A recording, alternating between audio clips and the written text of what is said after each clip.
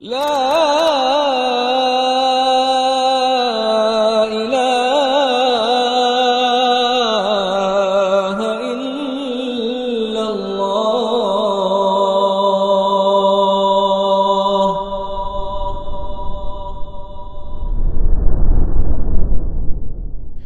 السلام عليكم ورحمة الله وبركاته.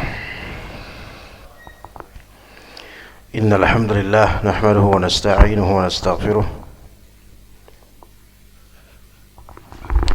ونعوذ بالله من شرور أنفسنا وسيئات أعمالنا. من يهده الله فلا مضل له ومن يضلل فلا هادي له. أشهد أن لا إله إلا الله وحده لا شريك له وأشهد أن محمدا عبده ورسوله لا نبي بعده. اللهم علمنا ما جهلنا وانفعنا بما علمتنا إنك أنت العليم الحكيم وزدنا بكرمك علما يا رب العالمين. اللهم آت نفوسنا تقواها وزكها أنت خير من زكاها أنت وليها مولاها. اللهم إنا نعوذ بك من علم لا ينفع ومن قلب لا يخشع ومن نفس لا تشبع ومن دعاء لا يسمع. اللهم ارزقنا حبك وحب من ينفعنا حبه. اللهم ما رزقتنا مما نحب فاجعله قوة لنا فيما تحب. اللهم وما زويت عنا مما نحب فاجعله فراغا لما تحب. ربنا هب لنا من أزواجنا وذرياتنا قرة أعين واجعلنا للمتقين إماما. Jemaah sekalian rahimani wa rahimakumullah, kita insyaallah lanjutkan kajian kitab At-Tauhid masih berkaitan dengan as-sabr, yaitu kesabaran terhadap takdir Allah Azza wa Jalla. Dan kali ini akan disebutkan insyaallah ta'ala beberapa dalil dan athar yang berkaitan dengan bab atau tema beriman kepada Allah Ta'ala berupa bersabar terhadap takdir-takdir Allah. Yang sebelumnya disebutkan dalam surat At-Taghabun ayat 11, petikannya adalah wa may yu'min billahi yahdi qalbah. Dan barang siapa yang beriman kepada Allah yahdi qalbah, maka Allah Subhanahu wa taala akan memberi hidayah pada qalbunya. Yahdi qalbah bisa diartikan atau dimaksudkan dengannya yaitu yarzuqhu at-tuma'ninah.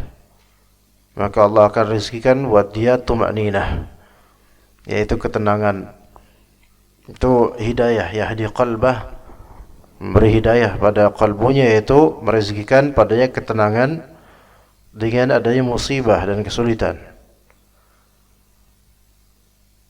Maka ini menunjukkan bahwasanya beriman itu berkaitan dengan kalbu. Ketika kalbu mendapatkan hidayah, maka anggota tubuh juga mendapatkan hidayah. Maka kata Nabi SAW, inna fil jasadi mudghatan. Di jasad ini ada segumpal daging, idza salahat salahal jasadu kullu wa idza fasadat fasadal jasadu kullu. Kalau misalnya segumpal daging ini baik, maka seluruh jasad itu akan membaik, dan jika segumpal daging ini rusak, maka seluruh jasad akan rusak. Ala wahya al-qalb. Ini adalah hati. Jadi kalau kalbu seseorang dapat hidayah dari Allah Azza wa Jalla, maka lisan dan juga anggota tubuhnya akan istiqamah dengan hidayah itu.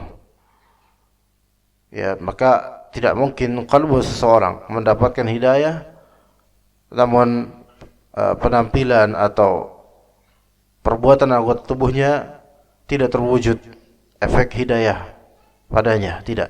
Melainkan pasti sama antara kalbu dengan anggota tubuh lainnya, terkecuali perbedaan yang dizahirkan oleh orang-orang munafik. Antara yang zahir dengan yang batin itu beda. Batinnya buruk, zahirnya baik. Tapi itu bukan yang kita sedang bicarakan. Kemudian Alqamah, salah satu tabi'in kibar, beliau mengatakan, huwa ar-rajulu tusibuhu al-musibatu faya'lamu annaha min 'indillah fayarda wa yuslim. Di sini kata Alqamah ini tentang, atau bisa juga yusallim. Di sini tentang rajul, seseorang tusibuhul musibah, tertimpa dengan musibah, kena musibah. Ya, tertimpa atau kena musibah. Faya'lamu annaha min 'indillah. Kemudian dia mengilmui bahwasanya musibah ini dari Allah Azza wa Jalla. Fayarda wa yusallim. Kemudian dia pun ridha dan bertaslim, yaitu menyerahkan perkara kepada Allah Azza wa Jalla dan menerima. Ya, jadi yusallim, taslim di sini artinya menerima. Al-qabul wa taslim, menerima. Maka ketika seseorang mengetahui bahwasanya musibah itu dari Allah, maka kalbunya akan mutmain dan murtah, tenang dan merasa rehat. Rehat berarti rehat di sini istirahat, yaitu tenang. Rohah, nyaman. Jadi nyaman dengan musibah dengan sebab apa? Dengan sebab ilmu yang ada di kalbunya berupa hidayah bahwasanya ini adalah dari Allah Azza wa Jalla. Maka di antara rehat dan ketenangan yang terbesar adalah iman kepada qada dan qadar. Dan di antara kehampaan hati dan kegusarannya adalah kurang berimannya dia terhadap qada dan qadar. Kita akan melihat orang-orang yang memahami konsep takdir yang sahih, mengimaninya dan merefleksikannya pada kejadian di kehidupannya, kita akan dapatkan orang-orang seperti ini selalu tenang insyaallah. Padahal mungkin musibah yang menimpanya itu besar untuk ukuran standar manusia biasa. Besar. Yang kalau musibah tersebut menimpa orang biasa, mereka tidak akan kuat. Bisa aja seperti itu. Tapi kenapa orang-orang ini tetap tampak tenang, tidak terlihat darinya kegusaran, bahkan mungkin malah dia lebih saleh dari sebelumnya, bahkan mungkin dia lebih sering sedekah daripada sebelumnya. Itu di antara penyebabnya adalah dia memiliki keilmuan tentang qada dan qadar, memahaminya dengan baik dan merefleksikannya di kehidupannya. Maka al-iman bil qada wal qadar ini termasuk rukun iman. Jadi bukan sembarang perbuatan, melainkan iman ini, iman kepada qada dan qadar ini menjadi jantung bagi segala ketenangan hidup. Ada orang tenang hidup karena dia masa bodoh. Tapi orang yang beriman kepada qada dan qadar bukan karena masa bodoh, melainkan karena dia yakin pada Allah Ta'ala dan dia mengetahui bahwa ini dari Allah, semua akan kembali kepada Allah. Kemudian dalam sahih Muslim, dalam kitab tauhid disebutkan, wa fi sahih Muslimin an Abi Hurairah anna Rasulullah SAW qala, Nabi SAW bersabda, ithnatani fin nasi huma bihim kufrun, at-ta'nu fin nasabi wan niyahatu 'ala al-mayyit. Hadis yang diriwayatkan sahih Muslim dengan sanad dari Abu Hurairah radhiyallahu anhu, Rasulullah SAW bersabda, ithnatani fin nasi huma bihim kufr. Ada dua karakter, dua perbuatan, dua hal yang ada pada manusia yang mereka yang sebagian, yaitu sebagian dari mereka melakukan kekufuran ini, atau keduanya adalah kekufuran yang ada pada mereka, yang ada pada banyak manusia. Atau bisa dikatakan kedua karakter ini adalah kekufuran. Ya, dan kaidahnya dua karakter ini adalah kekufuran, dan kaidahnya adalah la yalzamu min wujudi khaslah minal kufri fil mu'min an yakuna kafira. Tidak lazim eksistensi atau keberadaan karakter kekufuran itu tidak melazimkan Seorang mukmin langsung disebut kafir. Kita lihat kekufuran apa ini gitu loh. Karena kufur terbagi menjadi dua, ada kufur akbar dan ada kufur asghar. Sebagaimana syirik terbagi menjadi dua, ada syirik akbar dan syirik asghar.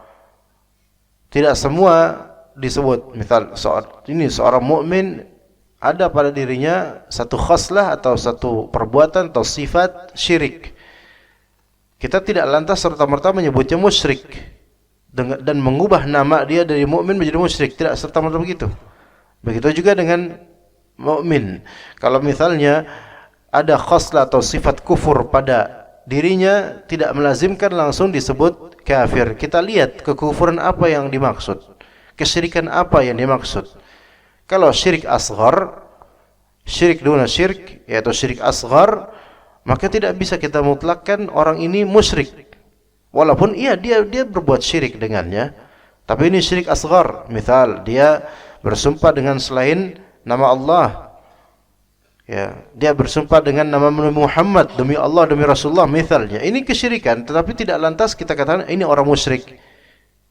Karena ini mengisyar, yaitu melazimkan adanya perasaan seolah-olah orang ini keluar dari Islam. Pun begitu juga dengan orang yang melakukan kekufuran asghar. Kufur asghar, kufur kecil, dan itu dosa besar, yaitu kekufuran yang tidak melazimkan pelakunya keluar dari Islam. Seperti kufur nikmat, itu kufur asghar. Dan bahkan sebagian ulama mengatakan setiap maksiat itu ada sisi kufurnya. Walaupun tidak langsung semua maksiat kita katakan kufur semua, enggak. Tapi semua maksiat ada sisi kekufurannya, karena al-ma'siyah baridul kufur. Kemaksiatan itu adalah pos kekufuran. Tetapi tidak serta-merta langsung kita katakan orang ini kafir. Ya, tidak sebagaimana orang-orang Khawarij yang mereka memutlakkan kafir kepada setiap yang melakukan dosa besar. Taib. Jadi ada namanya kufur asghar, kufur kecil. Kita menyebut amalan-amalan ini kufur karena memang ada dalil yang menyebut amalan-amalan ini kufur.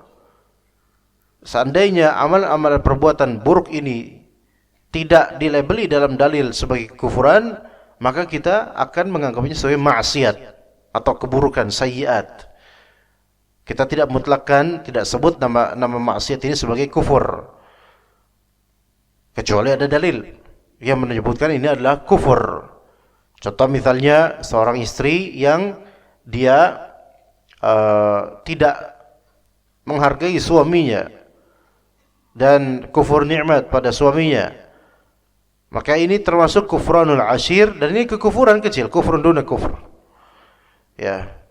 Dan juga ini yang akan dibahas insyaallah dua hal, yaitu ta'an fin nasab, yaitu mencela nasab, menghina, menafikan atau mencela nasab, dan juga niyahah 'alal mayit, yaitu meratap terhadap mayit. Maka ini keduanya adalah kekufuran. Kalau misalnya ada seorang anak, dia tidak mengakui bapaknya, maka kita katakan, ya akhi, ini adalah perbuatan kekufuran. Dan itu sahih. Maksudnya sahih di sini adalah, ini adalah perbuatan kekufuran. Tetapi tidak lantas kita katakan anak ini kafir. Karena dengan mengatakan seperti ini, seolah-olah dianggap dia telah keluar dari Islam. Ya. Kemudian ada misal niyaha 'alal mayyit. Seorang ibu-ibu misalnya kehilangan suaminya, wafat suaminya, kemudian ibu-ibu ini nangis melengking. Kita katakan, ya wahai sang ibu, ini merupakan bentuk meratap yang dilarang dalam Islam, termasuk dosa besar dan ganjaran azabnya besar di akhirat nanti, yaitu dia dibangkitkan dalam keadaan bajunya itu terpakai dengan sarabil dari qatiran, yaitu dari ter panas, ya. Jadi sangat menyiksa nanti. Itu baru apa? Itu baru pas bangkit dari kuburnya. Di akhirat, bukan bangkit dari kubur di dunia. Ya, kalau itu film, kalau bangkit dari kubur di dunia film. Kalau bangkit dari kubur di akhirat itu semua orang, kita termasuk, ya. Nah, jadi itu termasuk dosa besar dan kekufuran. Kita kata ini kekufuran. Muskilahnya jemaah sekalian rahimakumullah, istilah kufur ini Memang istilah yang mengisyaratkan suatu hal yang sangat buruk dan negatif. Benar, itu sahih. Tetapi kejahilan banyak dari kita tidak mengerti makna asli dari kufur atau kafir, kemudian tidak mengerti rincian dari pembagian atau klasifikasi kekufuran. Sehingga karena nggak pernah mendengar kufur asghar dan macam-macamnya, maka kemudian kalau kita membicarakan tentang kekufuran asghar, dianggap sebagian orang kita sedang mengkafirkan orang-orang dengan sebab amalan-amalan ini, yaitu mencela nasab dan meratap. Padahal ada yang namanya kufur nikmat. Kalau kufur nikmat itu semua orang tahu insyaallah. Itu termasuk kekufuran juga. Tapi tidak melazimkan apa? Tidak melazimkan kafirnya seorang mukmin karena kufur nikmat. Tergantung apa yang dimaksud dengan kufur nikmatnya itu. Kalau kufur nikmat di sini artinya dia udah Islam kemudian dia murtad, maka itu jelas kufur nikmat terbesar. Karena tidak ada yang lebih nikmat daripada kenikmatan Islam dan iman. Kalau dia mengganti kenikmatan itu dengan kekufuran, maka ini luar biasa. Ini luar kekufuran, yaitu nikmat iman dan Islam diganti dengan buruknya kekufuran. Maka dia keluar dari Islam. Alam tara ila alladhina baddalu kayf? Alam tara ila alladhina baddalu ni'matallahi kufra wa halu qaumahum daral bawar jahannama yaslawnaha wa bi'sal qarar.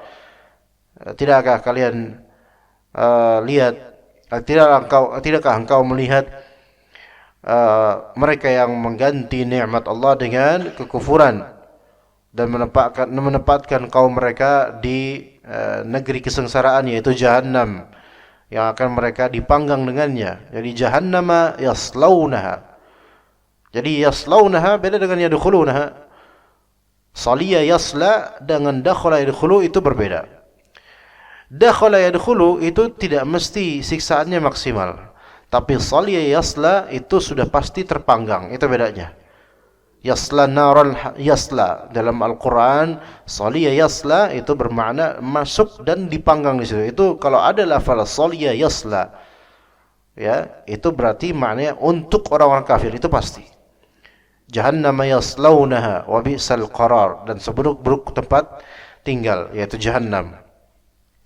Maka kalau mengganti kenikmatan iman dan Islam dengan kekufuran, maka ini kufur nikmat yang terburuk dan terbesar azabnya karena abadi. Maka ikhwan, di sini kita perlu mengetahui bahwasanya kufur itu ada yang asghar dan ada yang akbar. Dan apa yang kita sedang pelajari di sini termasuk kufur asghar dan termasuk dosa besar. Termasuk dosa besar. Jadi ketika seorang mukmin muslim ada pada dirinya suatu khaslah kemunafikan atau suatu khaslah kekufuran, khaslah ini sifat, ya.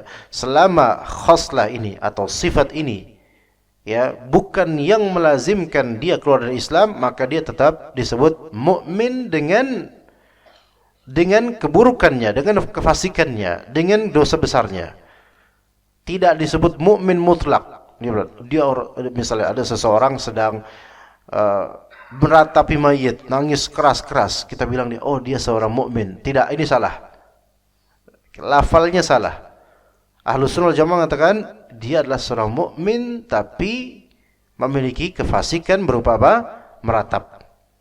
Karena keimanannya ada, cuman berkurang dengan dosa besar kekufuran asghar ini, yaitu meratap. Ini perhatikan baik-baik. Ini bedanya antara Ahlus Sunnah dengan Murji'ah. Bagi Murji'ah, dia melakukan dosa besar, meratap atau apa, itu enggak berpengaruh pada imannya. Maka bagi Murji'ah, orang yang melakukan dosa besar tetap disebut mukmin secara mutlak, tanpa ikatan dengan dosanya dia. Mukmin khalas. Adapun Khawarij, ada orang lihat orang meratap, wah, nangis kamu, meratap, kafir kamu. Kok itu Khawarij itu? Insyaallah yang separah itu enggak ada, apalagi di masjid juga enggak ada, ya. Ya. Tapi kalau Ahlus Sunnah mengatakan, ya, orang ini dengan ratapannya dia beriman tapi dia memiliki dosa besar. Yaitu, dan dosa besar ini akan berpengaruh pada keimanannya. Iya, benar. Itu Ahlus Sunnah wal Jamaah seperti itu menimbangnya. Jadi tidak tidak berlebihan dan tidak meremehkan.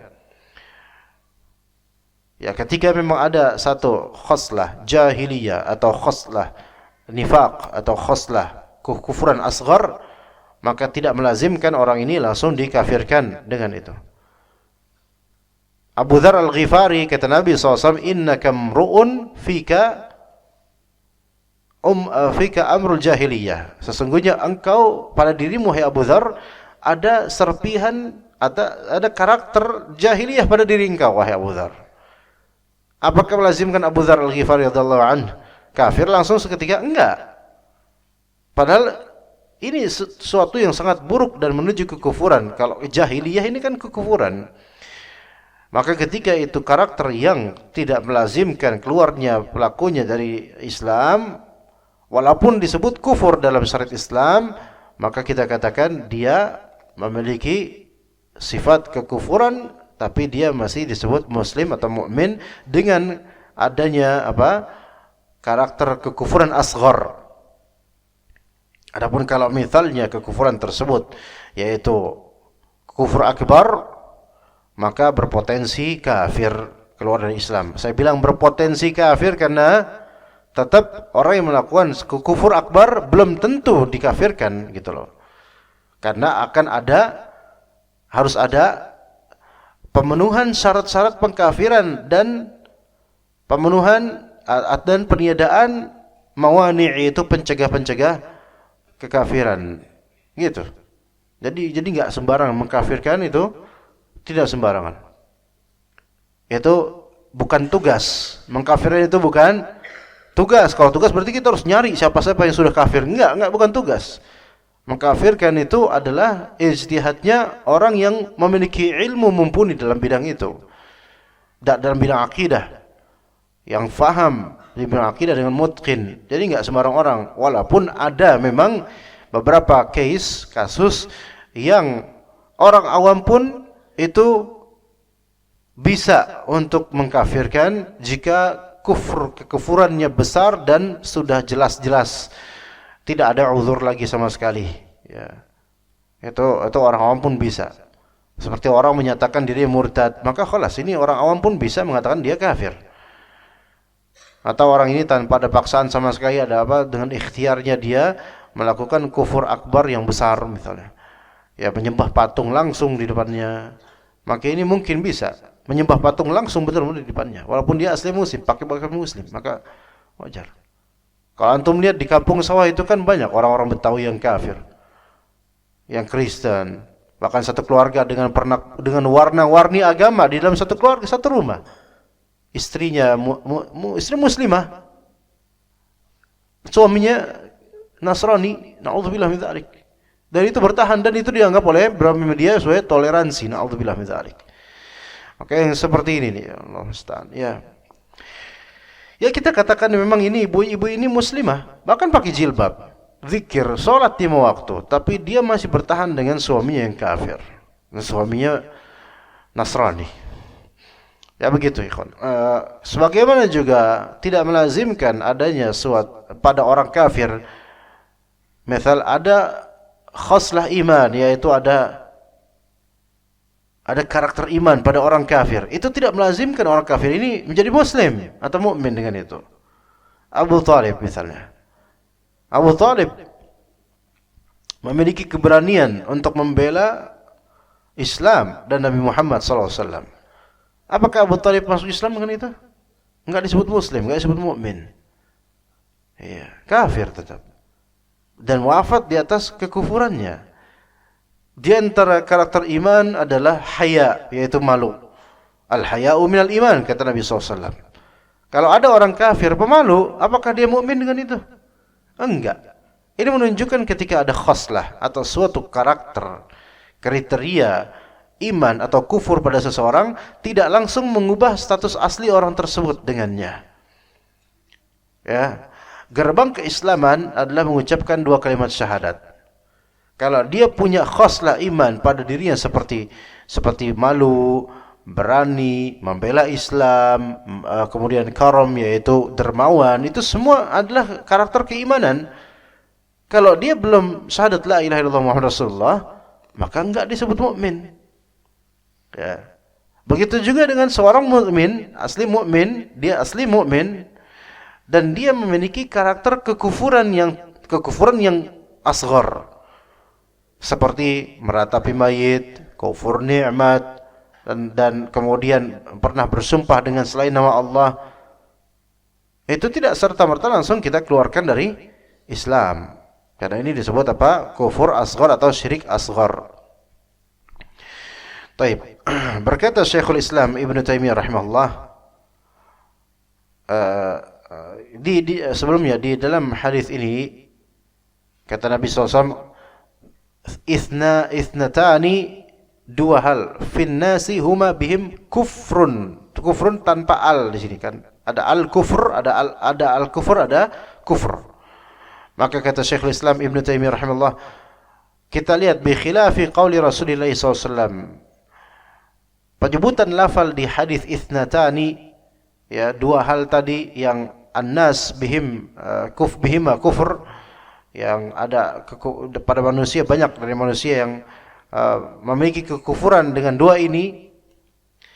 Ini beda dengan hadis Nabi SAW dengan lafal al-kufr. Kata Nabi SAW di hadis lain, bainar rajuli wasyirki wal kufri tarkus shalah. Antara seseorang manusia, ya, dan syirik dan kufur, ini dengan al semua, asyirik dan al-kufur, itu meninggalkan salat. Di sini ada sebutan asyirik dan al-kufur. Maka ketika disebut dengan al, ini menunjukkan hakikatnya. Yang disebut di sini adalah al-kufur al-mukhrij 'anil millah, yaitu kekufuran yang mengeluarkan dari agama Islam. Beda dengan kufur nakirah tanpa al. Ketika suatu hadis menyebutkan yaitu kufur tanpa al dengan kufur dengan al, maka kalau kufur tanpa al ini ada ihtimal, ada posibilitas, imma dia kufur asghar, imma dia kufur akbar. Dilihat dari apa yang dimaksud, ya. Tapi kalau dengan al-kufur, maka pemutlakan al-kufur ini konteksnya selalu apa? Kufur akbar, keluar dari Islam. Makanya kata Nabi SAW, bainar rajuli wasyirki wal kufri tarkus shalah. Antara ar-rajul, laki-laki, manusia maksudnya, dengan apa? Syirik dan kufur, dua-duanya dengan al. Maka ini berarti maksudnya syirik akbar, kufur akbar, yaitu tarkus shalah, meninggalkan salat. Dan tarkus shalah, bukan tarkus shalatin, dengan adanya al pada as-shalah, maka artinya adalah meninggalkan keseluruhan salat. Maka kalau tarku salatin tanpa al nakirah atau mutlak, maka artinya meninggalkan satu salat saja langsung kafir. Dan itu bukan begitu hadisnya. Makanya kita Syekh Utsaimin juga dalam kitab Syarah Mumti dan lainnya, dan juga syarah kitab Tauhid, beliau menyebutkan bahwa yang benar adalah seseorang menjadi kafir ketika dia meninggalkan salat secara total. Karena hadisnya menyebutkan bainar rajuli wa asyirki wa al-kufri, yang mengeluarkan dari Islam adalah tarku as-shalah. As-shalah, al di sini menunjukkan jenis seluruhnya dari salat. Maka kalau dia masih bolong-bolong meninggalkan suatu salat, tapi yang lainnya dilakukan, zuhur saja dia enggak salat, atau subuh dia enggak salat tapi zuhur salat, atau gimana ya, pokoknya zigzag atau gimana, maka yang seperti ini tidak serta-merta keluar dari Islam, tetapi meninggalkan salat sekali aja. Apakah itu perbuatan kufur? Iya, perbuatan kufur, ya, dan itu berbahaya sekali, ya. Dan para ulama kemudian mereka berbeda pendapat tentang batasan meninggalkan salat yang menyebabkan kekufuran akbar, keluar dari Islam, itu seberapa lama gitu meninggalkan salatnya sampai dia disebut keluar dari Islam. Ini dikembalikan kepada ijtihad ulama masing-masing, dan juga dikembalikan kepada hakim setempat nanti bagaimana orang ini divonis. Sebenarnya kalau dalam mazhab Syafi'i, jemaah sekalian, kalau mau menerapkan mazhab Syafi'i, antum akan dapatkan mazhab Syafi'i termasuk yang memiliki ketegasan yang luar biasa dalam masalah tarkus shalah.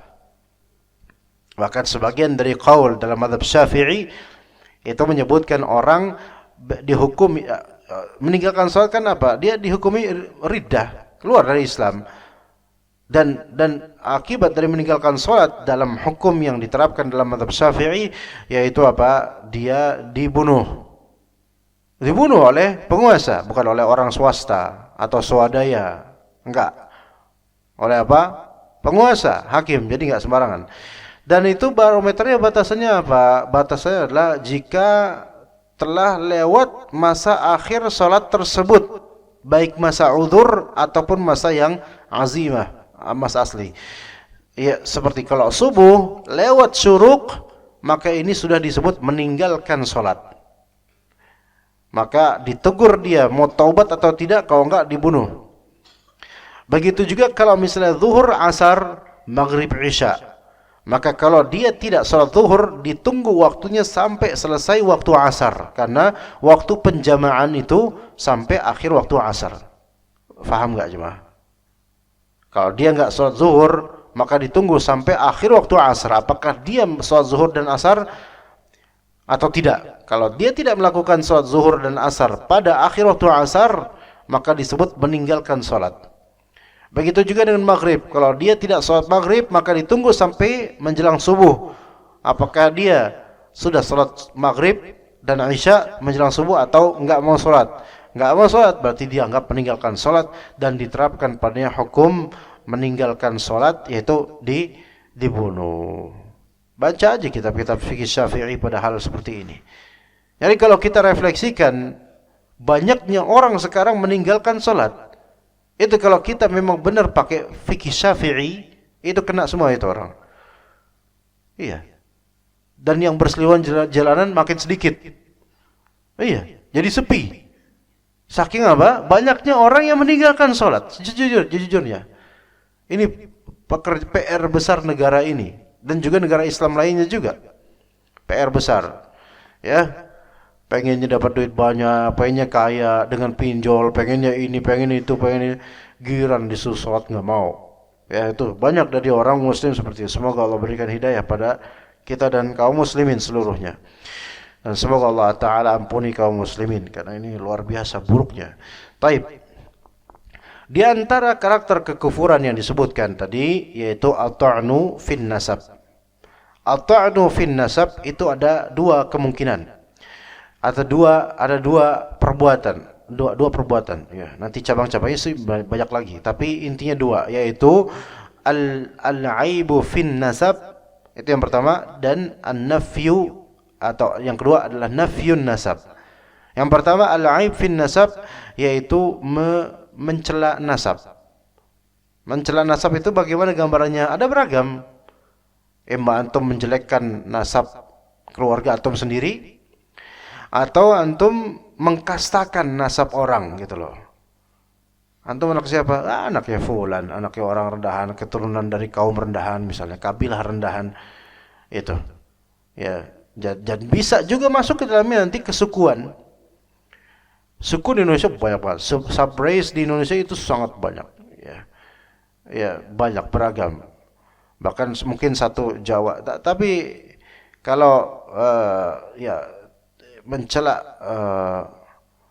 misal yang Betawi punya kekurangan ini, kemudian orang Jawa akan fokus pada kekurangan orang Betawi karena ini orang Betawi ini dari apa gitu kan ya. Dan seterusnya. Al-muhim mencela nasab yang mana orang tidak ada salah dengan nasab gitu loh.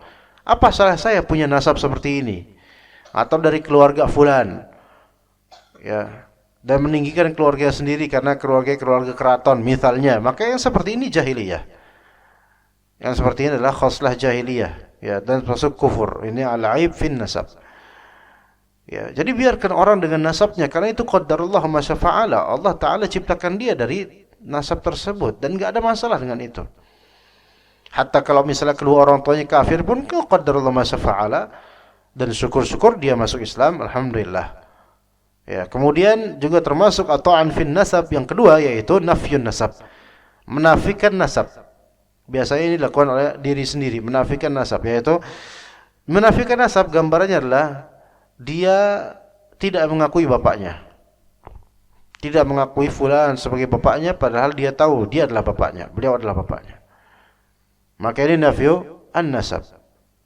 Termasuk nafyun nasab juga, yaitu menisbatkan diri sebagai anaknya orang lain, bukan anaknya bapaknya. Walaupun dia mengakui ini bapak saya, tapi saya kalau menyebutkan nama saya nisbatkan bukan kepada bapak saya.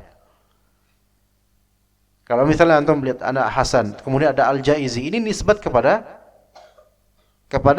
moyang saya, moyang ana. Karena kakek ana namanya Ahmad Jaiz. Jadi Al-Jaizi, Al-Jaiz, Jaiz ini yaitu keluarga Mbah Jaiz. Iya, Jaiz. Nama kakek saya Ahmad Jaiz. Ya, maka wajar gitu. Jadi ini menisbatkan kepada nenek moyang, itu menisbatkan nasab yang benar itu. Tapi kalau misalnya antum ya bin apa atau dari keluarga apa, nama bapak antum Sutomo misalnya, nama antum apa nama orang laki-laki siapa selain Hasan? Jangan Husain lah, nggak usah dikaitin nama ana. Jangan deket-deketin nama ana.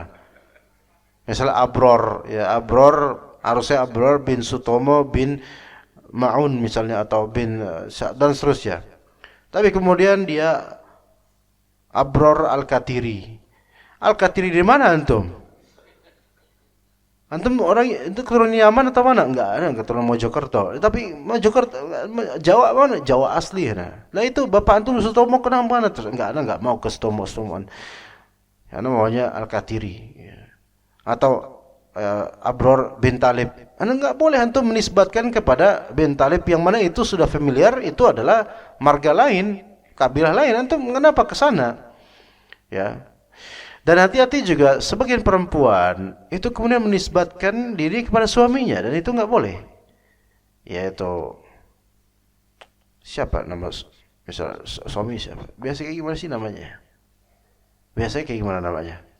Misalnya nama dia Sutarmi misalnya, ya nama suaminya Sutarman, Sutarman, ya nama suaminya Bejo, suami namanya Bejo, maka dia Sutarmi harusnya Sutarmi binti bukan binti, bukan Bejo suaminya, harusnya Sutarmi binti Ahmad misalnya, ya Sutarmi binti Ahmad. Harusnya gitu kan? Tapi dia akan bukan Sutarmi Ahmad nanti disebutnya. Dia menisbatkan apa? Sutarmi Bejo. Pak udah bagus Ahmad malah ngebejoin gitu loh. Sutarmi Ahmad harusnya. Bukan Sutarmi Bejo. Ya. Atau kemudian nanti dia akan dipanggil Nona Bejo. Iya. Nona Bejo. Ya, yang ini Tuan Bejo, ini Nyonya Bejo. Ya, yang seperti ini sebenarnya jangan. Ya, nggak apa-apa kalau kita nyebut seorang ibu-ibu dengan nama ibunya anaknya gitu misalnya. Dia punya anak namanya Harith misalnya. Ibunya Harith itu boleh. Itu namanya Ummu Harith. Ini boleh Ummu Harith. Tapi kalau misalnya Nona Bejo, tapi kalau kita bilang wahai istrinya Bejo, ini boleh. Nggak masalah. Karena itu sesuai kenyataan. Tapi kalau kita bilang wahai Sutarmi Bejo, tidak layak. Ya, karena nisbat di sini Sutarmi Bejo soalnya Sutarmi binti Bejo, maka hindari hal seperti itu. Hindari hal seperti itu. Ya, menghargai suami itu ada caranya dalam Islam, enggak seperti itu, enggak dengan penisbatan nama tersebut sehingga kemudian menafikan nasab aslinya gitu loh. Hargailah bapak Anda wahai Bu Sutarmi, ya. Kalau ada Bu Sutarmi di belakang, tolong hargai bapaknya, ya. Jadi itu ya. Jadi ta'an fin nasab bisa dengan cara apa?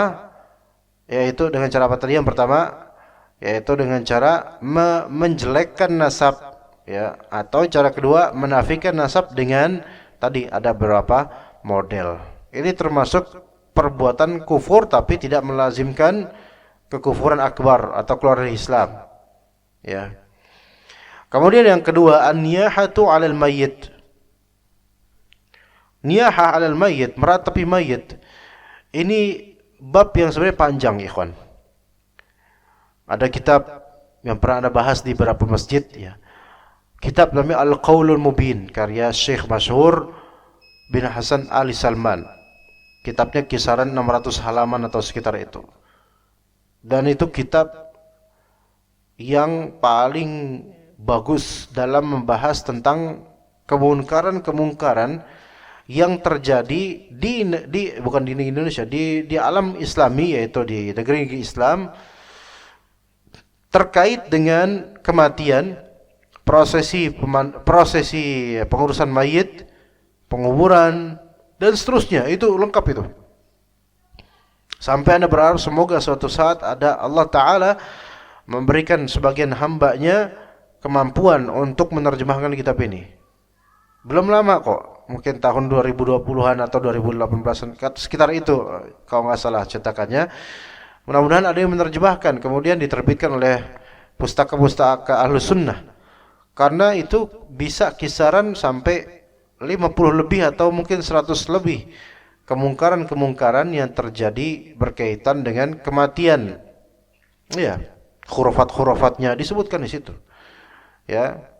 Seandainya Syekh Masyhur itu orang Indonesia, itu mungkin lebih tebal lagi itu. Karena cuma segitu kok. Coba kalau beliau orang Indonesia, pernah ke Indonesia, kemudian mendalami daerah dari Indonesia, di Pulau Jawa, Pulau Sumatera, Pulau Kalimantan. Coba kalau misalnya itu, insya Allah bisa 1000 halaman. Ya, isinya tuh aib-aib negeri Indonesia isinya mungkin ya. Jadi khurafat-khurafat yang terjadi itu lebih banyak. Ya. Di Arab pun ya banyak khurafat-khurafat itu disebutkan oleh beliau. Di Jordania, di Afrika, di negeri Hijaz, Arab, dari jahiliyahnya gitu. Itu disebutkan oleh beliau. Ya, dan di antara yang mungkin yang Anda baca masalah-masalah niyahah, itu beliau mengupas cukup panjang masalah seperti berkumpul untuk ta'ziyah. Berkumpul untuk ta'ziyah, berkumpul di sini bukan secara kebetulan orang lewat terus ta'ziyah, itu nggak masalah, Ta'ziyah, kemudian ta'ziyah kan tujuannya adalah mendoakan dan mentasliah, menghibur keluarga yang ditinggal gitu loh. Itu ta'ziyah sebenarnya. Ta'ziyah itu bukan artinya ngumpul, bukan. Adapun ngumpul kemudian bikin tenda, terus bikin kursi-kursi, udah kayak mau kondangan, terus habis itu, ini semua bentuk niyahah sebenarnya. Salaf itu menganggap ini bentuk niyahah, tapi ini jadi tradisi di Indonesia. Tercampur di dalamnya kemungkaran. Pertama niyahah, kemudian niyahah itu meratapi. Walaupun nggak nangis itu orang yang duduk-duduk di bawah tenda, di kursi-kursi dari bapak-bapak, nangis gak rata-rata? Nggak ada, ngakak malah.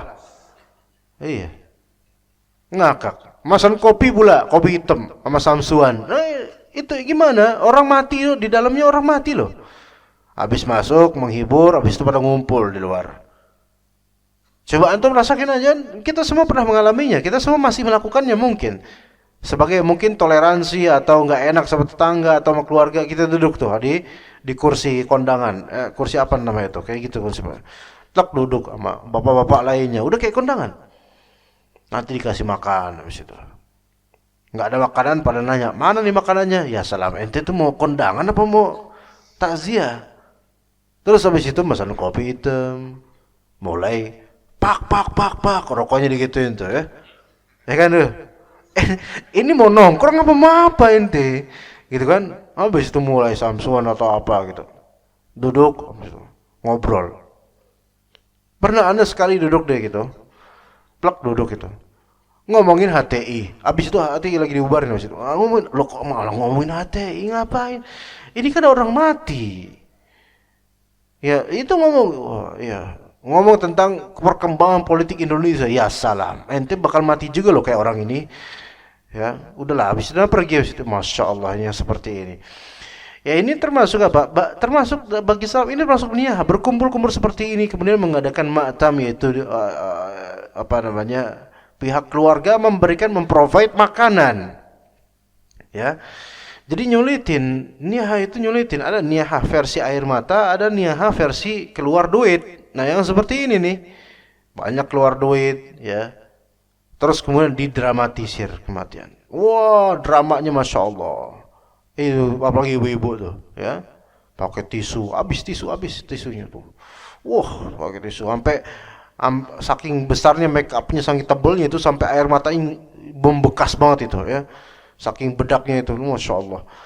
Oh nangis, dicium berkali-kali itu nangis terus kesungguhan dielus-elus punggungnya sama ibu-ibu lain. Sabar ya sabar ya aku sudah sabar selama ini. Ya udahlah kan udah mati, udah habislah sabarnya. Alhamdulillah kan mati dia, dan selama ini kan sabar.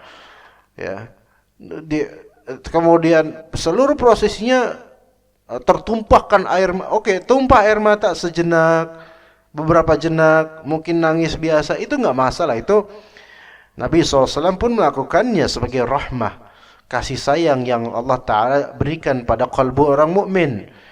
Tapi kalau sampai niyaha, apa itu niyaha? Niyaha itu sampai raf'us saut, yaitu meninggikan suara, seperti suara burung, gitu, suara sirine gitu, kayak suara ambulan, nah itu termasuk niyaha tuh. Ya. Jadi mengangkat suara dengan tangisan disebabkan kematian seseorang itu adalah meratap. Kalau emang antum mau nangis, cukuplah nangis sewajarnya aja, nggak sampai tinggi suaranya. Lah di dalam hati sama sebagian ibu-ibu, sabar ya memang takdir Allah. Yang nasihatin juga memotivasi supaya makin hangat, makin mengalir nangisnya. Coba ingatkan dengan hadis Nabi SAW. Ya, bahwasanya hal ini dosa besar dan ini termasuk kekufuran. Hati-hatilah. Begitu. Ya, jadi misalnya ummahat, misalnya ditinggal oleh orang tuanya, ditinggal oleh suaminya, nangis itu wajar. Kok ketawa itu baru aneh gitu. Tapi di antara salaf juga ada yang melakukan ketawa ketika anaknya nangis, ketika anaknya wafat. Al-Fudail bin Iyad rahimahullah. Beliau dihikayatkan ketika mendengar kabar anaknya wafat, dhahik, ketawa dia. Orang pada bingung loh. Oh, tawa bang, gitu kan. Maka kata beliau, sesungguhnya aku menyukai apa yang Allah Ta'ala sukai dari takdir. Itu saking beliau pengen ridho terhadap takdir Allah Azza wa Jalla. Saking pengen mencapai derajat ridho dan mencapai derajat syukur. Karena orang bersyukur biasanya itu ketawa. Maka dia ketawa. Dengan anaknya mati, dia ketawa. Beliau ketawa. Karena pengen apa? Pengen sampai bisa derajat syukur langsung gitu loh. Walaupun sebagian ulama kemudian mengomentari inilah di antara perbuatan seorang salaf yang qadarullah menyelisihi perbuatan Nabi sallallahu alaihi wasallam. Dari mana bentuk menyelisihinya? Fikrahnya, gaya berfikirnya, metode berfikirnya Fudail bin Iyad adalah dengan dia tertawa itu adalah sebuah rasa syukur terhadap takdir Allah dan atas musibah.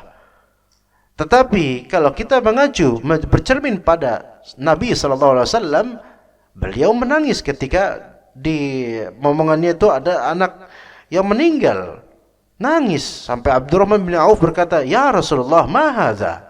Apa ini ya Rasulullah? Artinya, ya Rasulullah, engkau mengingkari niyaha meratapi mayit, tapi kok engkau malah menangis, gitu maksudnya. Maka kata Rasulullah SAW, ini adalah rahmat yang Allah Ta'ala berikan ke kalbu seorang yang beriman. Malah justru itu Nabi SAW, malah justru kalau kita ada yang wafat, orang tercinta kita nangis normal, biasa, itu seperti Nabi SAW juga melakukannya. Kalau kita melakukan itu karena fitrah dan juga karena pengen ikut Nabi SAW, dapat pahala dari itu. Dan nangisnya seseorang karena ditinggal kekasih dan semisalnya, itu tidak melazimkan kufurnya dia, tidak melazimkan niyah, enggak mesti. Bagaimana nangisnya?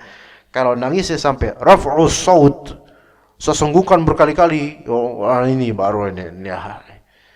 Iya, begitu. Dan niyah ini biasanya perempuan yang kena.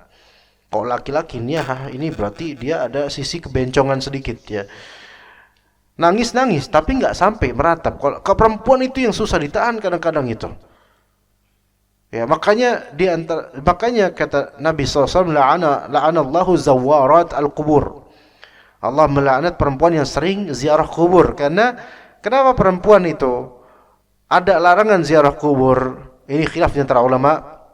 Apakah dilarang mutlak atau dilarang secara sering-sering? Ya, al-muhim di sini Ibrahim, kenapa kok perempuan dibedakan kasus dan hukumnya? Karena potensi niyahah pada perempuan, potensi meratap pada perempuan itu jauh lebih besar daripada laki-laki. jauh lebih besar daripada laki-laki. Apalagi zaman sekarang. Kalau seorang istri ditinggal mati suaminya, itu nangisnya minta ampun karena juga berpikir siapa lagi yang mau sama saya nanti, ya kan? Kalau laki-laki ditinggal mati istrinya, ketawa kayak Fudhal bin Iyad itu. Alhamdulillah, ini kesempatan, saya udah dulu pengen nikah lagi nggak. Nah, itu ada yang kayak gitu. Balik, laki-laki kadang berpikirnya lebih futuristik dan juga ya bagus, futuristik itu bagus. Dan juga simple gitu loh. Ya udahlah, udah wafat mau dibangkitin lagi, saya juga nggak mau lagi lah orang bangkit lagi. Enggak, udah mau gimana lagi, khalas. Qadarullah ma syafa'ala. Tapi kalau perempuan uring-uringan macem-macem, kenangan, memori, ntar buka album foto, nangis lagi gitu loh. Ya, kemudian buka HP kenangan, nangis lagi. Ya, masak di dapur, ya, kena api nangis lagi, ya kan? Mohon maaf Ummahat, ketawa-ketawa aja Ummahat ya. Jadi niyahah tidak mesti suatu tangisan. Niyahah bisa juga berupa berkumpul-kumpul sengaja untuk takziah. Memang ini tradisi, ya tradisi. Memang ini bisa mengikat persaudaraan. Iya benar, itu bisa. Di antara mungkin efek baiknya. Tetapi ketika itu tidak ada syariatnya seperti itu dan tidak ada daruratnya seperti itu, maka hindarilah hal seperti itu ya. Kalau bisa hindari. Ini hal yang memang sulit dihindari jemaah. Karena kadang-kadang kalau kita nggak menghadiri, madaratnya lebih besar bagi persaudaraan. Mungkin begitu. Karena orang banyak yang belum siap menerima konsep-konsep seperti ini.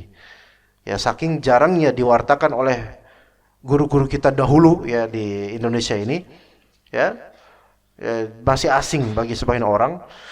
Dan juga udah terlanjur mengakar. Tapi semoga Allah Subhanahu wa taala memperbaiki kondisi kaum muslimin di Indonesia dan juga negeri-negeri Islam lainnya sehingga menggapai ilmu syar'i dengan baik insyaallah ya.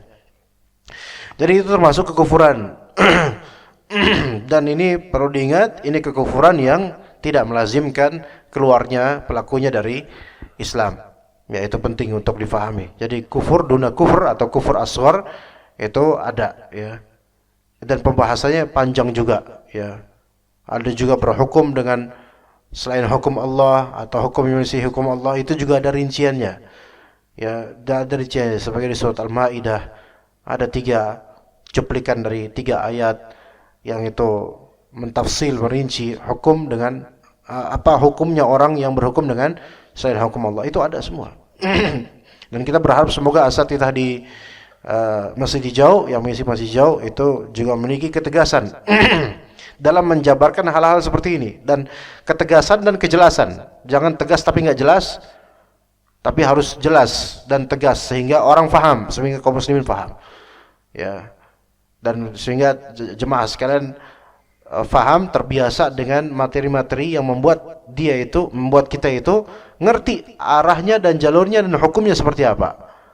Karena kalau abu-abu itu kita bingung nanti gimana, ini saya harus bersikap gimana, bingung ya bersikap, nanti kemudian ikut kajian lain malah kajian orang-orang yang ekstremis, itu berbahaya sekali ya, bisa dikafirkan. Semua ini bisa dikafirkan. Orang kalau salah paham terhadap konsep kekufuran, orang meratap sedikit langsung dianggap kafir sama dia. Iya, betapa adanya anak-anak muda yang seperti itu, gak ngerti konsep kekafiran dan gak ngerti konsekuensi dari mengkafirkan sembarangan. Hati-hati, itu berbahaya sekali. Ya, lebih-lebih kalau yang dikafirkan adalah orang-orang yang memiliki andil besar dalam negara, itu berbahaya ya. Taib, mungkin suruk udah masuk belum jemaah? Udah ya. Sunrise 5:58. Bentar lagi, 3 menitan lagi. Ada soal atau tidak? Atau kita diam dulu 3 menit mungkin? Ada pertanyaan jemaah? Enggak ada. Belum masuk 3 menit lagi, 3 menitan lagi, ikhwan. Karena sunrise 5:58. Atau kita lanjut sedikit aja. Apakah niyahah meratap itu berpotensi menuju kekufuran akbar? Kita katakan iya. Niyahah versi meratap, yaitu niyahah versi menangis keras, iya. Mungkin kalau niyahah versi ngumpul-ngumpul itu enggak. Tapi niyahah versi menangis keras itu berpotensi menuju kufur akbar. Iya. Gimana? Yaitu dengan adanya di qalbu tidak terima dengan apa yang Allah takdirkan. Tidak terima dengan perbuatan mentakdirkannya Allah. Mempertanyakan Allah Azza wa Jalla. Ini menuju kekufuran ini. Ya. Begitu. Dan gambaran niyaha yang versi bukan versi ngumpul ya, yaitu versi menangis. Itu sebenarnya ada bisa dengan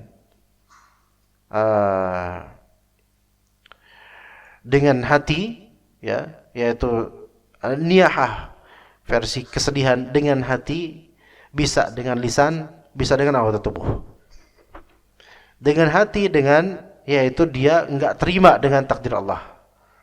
Mempertanyakan Allah Azza wa Jalla dan takdirnya. Itu niyahah dengan hati dan ini menuju kekufuran. Ada niyahah dengan lisan, yaitu mendoakan keburukan, mencela, mengucapkan kalimat-kalimat penyesalan dan seterusnya. Ya. Ini bisa masuk niyahah dengan lisan. Biasanya kalau ada mayit lagi berbaring udah jadi pocong tuh, ya istrinya maksudnya udah jadi pocong, maksudnya dipocongin, bukan jadi pocong kemudian terbang ke pohon asem, enggak. Ya. Misalnya berbaring, suamiku kenapa kamu gini-gini, nanya kayak gini. Ini lisan, niyah dengan lisan. Untuk apa anti nanya kayak gitu? Coba, ibu-ibu yang suka kayak gitu sama suaminya yang udah wafat atau orang tuanya, Bapak jangan tinggalkan kami Bapak dan seterusnya. Coba kau Bapak yang ngejawab, kabur semuanya. Nggak usah nanya-nanya lagi, udah khalas. Doain aja kebaikan buat Bapak ini. Kan gitu ya. Iya kan lucu kalau misalnya, Bapak kenapa engkau pergi sekarang Bapak? Kami belum siap ditinggalkan oleh kau. Kata bapaknya, oh gitu, saya kira udah siap. Kabur dong orang-orang, ya kan? Nah jadi itu termasuk untuk niyahah dengan lisan. Kemudian niyahah dengan jawarih, anggota tubuh seperti menampar pipi, ekspresi emosi gitu loh. Dengan anggota tubuh juga syakul juyub, yaitu apa namanya, baju dirobek gitu ya. Kan ada kayak terus baju just dirobek gitu, atau merobek-robek baju atau apapun yang dirobek gitu loh. Atau menggigit sesuatu gitu kan. Saking sebelnya, keselnya gitu, nggak terima ya, digigit apa digigit ya, asal jangan mayitnya digigit ya, digigit apa digigit, saking sebelnya gitu loh ya. Atau natfus syu'ur, nafus sya'ar, yaitu mencabut rambut ya. Ekspresi-ekspresi kekesalan dan ketidakterimaan terhadap takdir Allah Azza wa Jalla, ini niyahah seperti ini kekufuran, tapi kekufuran asghar ya. Dan ini berbahaya karena akibatnya di akhirat nanti dibangkitkan, kalau belum taubat dari niyah itu, dibangkitkan dalam keadaan berpakaian dengan pakaian dari ter panas. Ter panas anggaplah seperti aspal panas yang masih panas gitu loh, itu pakaian dari itu. Ini termasuk salah satu azab yang besar loh, ya nggak ringan, jadi bahaya ya. Harap kita itu kepada istri kita, anak-anak perempuan kita didik mereka supaya jangan berlebihan dalam masalah kesedihan. Motivasikan mereka dengan akhirat, dengan iman kepada Allah. Didik mereka dengan ilmu tentang takdir. Kenapa orang banyak melakukan niyah perempuan-perempuan itu? Karena nggak dibimbing sama orang tua yang mungkin dulunya. Masalah takdir, masalah akhirat, masalah janji Allah, kebaikan Allah, kenikmatan Allah. Ingatkan semua itu. Insya Allah kalau kita didik mereka, anak perempuan kita, istri-istri kita, dan orang-orang perempuan di sekitar kita, insya Allah mereka faham sehingga tidak lagi terjadi niyah. Ya, begitu yang bisa kita sampaikan insya Allah. Jazakallah khairal jaza. Sallallahu ala nabiyyina Muhammadin wa ala alihi wa sahbihi ajma'in. Subhanakallahumma bihamdika asyhadu an la ilaha illa anta astaghfiruka wa atubu ilaik. Wassalamualaikum warahmatullahi wabarakatuh.